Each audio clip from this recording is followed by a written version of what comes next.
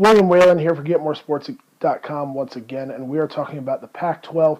We've got a two-team race, the race that we expected to see coming into the season, coming down the stretch with number 7, Arizona, and number 9, Utah. Now, these two programs, one coming from opposite ends of the spectrum. Arizona has been towards the top of the Pac-12 for a number of years now, whereas Utah has just finally made their return to being what the Utes used to be back in the day under Coach Majerus. And so what we're seeing now is really a highlight of programs that are built on solid foundations of extremely efficient defenses with offenses that can also get the job done. And they're led by two extremely talented and very, very reliable point guards in T.J. McConnell for Arizona and Daylon Wright for Utah. Now, there are, of course, complementary pieces for both of these teams. We can talk about the likes of Rondé Hollis-Jefferson, Brandon Ashley, certainly Stanley Johnson for the University of Arizona Wildcats.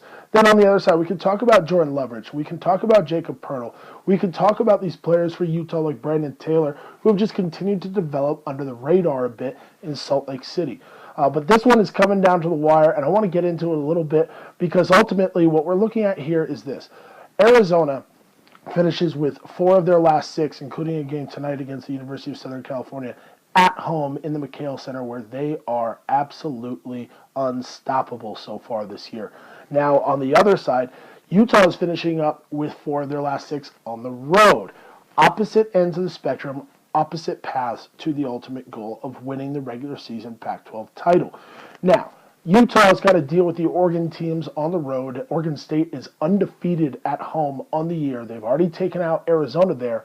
I included it in one of my games of the week. That's a game that you really got to watch because point guard Gary Payton Jr. has really made this Oregon State team go under Wayne Tinkle's new system, and they have played extremely well at times.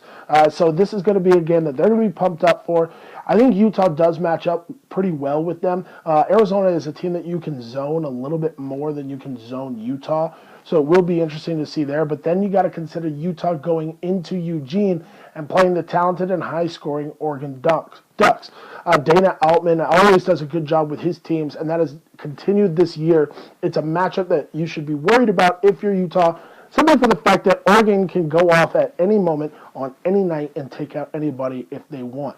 Now, I do expect them to sweep this road series because then we really get the treat that everybody has been waiting for. The Arizona schools head to the mountain schools. Now, Arizona State is not to be taken lightly either. They, of course, just knocked off UCLA. They started off the conference winless and have really gone on a run here of late. What I look for is this. On February 28th, when Arizona walks into the Huntsman Center in Salt Lake City, are the Utah Utes going to be ready for the moment? Because last year they pushed numerous teams to overtime, to close wins in Salt Lake City with a team that wasn't as experienced, that was as hungry, but ultimately not as talented. This team needs to be ready for the moment.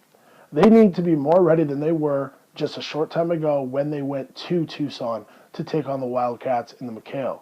What I'm wondering is this. Are they ready for the moment to take over and win the Pac-12 title? Because ultimately, it's going to come down to that game. Because you look at it, these are winnable games for Arizona and Utah going forward.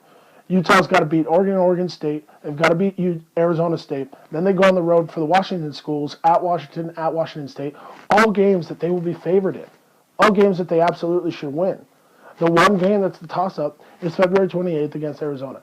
And that's going to be a huge game that we'll talk about a lot here on GetMoreSports.com and talking about how the matchups and what the keys are, and we'll break it down further. On the other side, Arizona's got to take care of business as usual. They've got another hosting of the LA schools with USC and UCLA. UCLA is certainly talented enough to play with them. However, that's a game that they're going to be pumped up for too. So you gotta kind of keep an eye on the Bruins there, and for the Wildcats being on upset alert. Ultimately, though, I do trust this Arizona team to take care of business outside of Utah. I trust this Utah team to take care of business outside of that game against Arizona.